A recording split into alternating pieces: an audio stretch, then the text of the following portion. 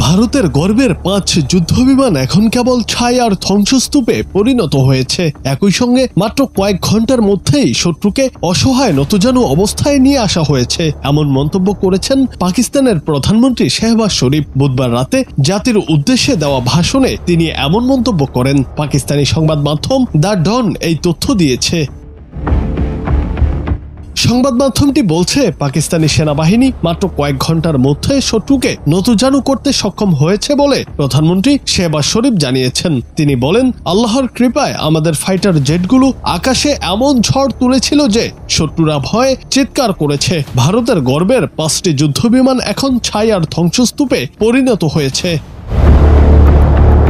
প্রধানমন্ত্রী শেহবাজ আরো বলেন, ভারতকে তাদের বিমান হামলার জন্য ফল ভোগ করতেই হবে। ওরা হয়তো ভেবেছিল আমরা পিছিয়ে যাব, কিন্তু ভুলে গেছে যে আমরা সাহসী জাতি। পাকিস্তান বিমান বাহিনীর যুদ্ধ বিমানগুলো ভারতের বাহিনীকে এমন আঘাত দিয়েছে যা বহুদিনেও মেরামত করা যাবে না।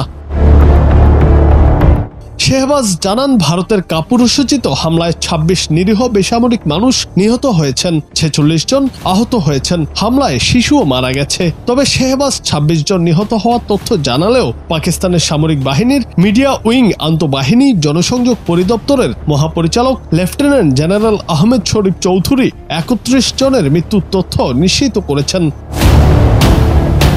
সবশেষে ভারতকে উদ্দেশ্য করে পাকিস্তানের প্রধানমন্ত্রী দৃঢ় কণ্ঠে বলেন, যে রক্ত ঝরেছে তার প্রতিটি ফোঁটার জবাব দেয়া হবে।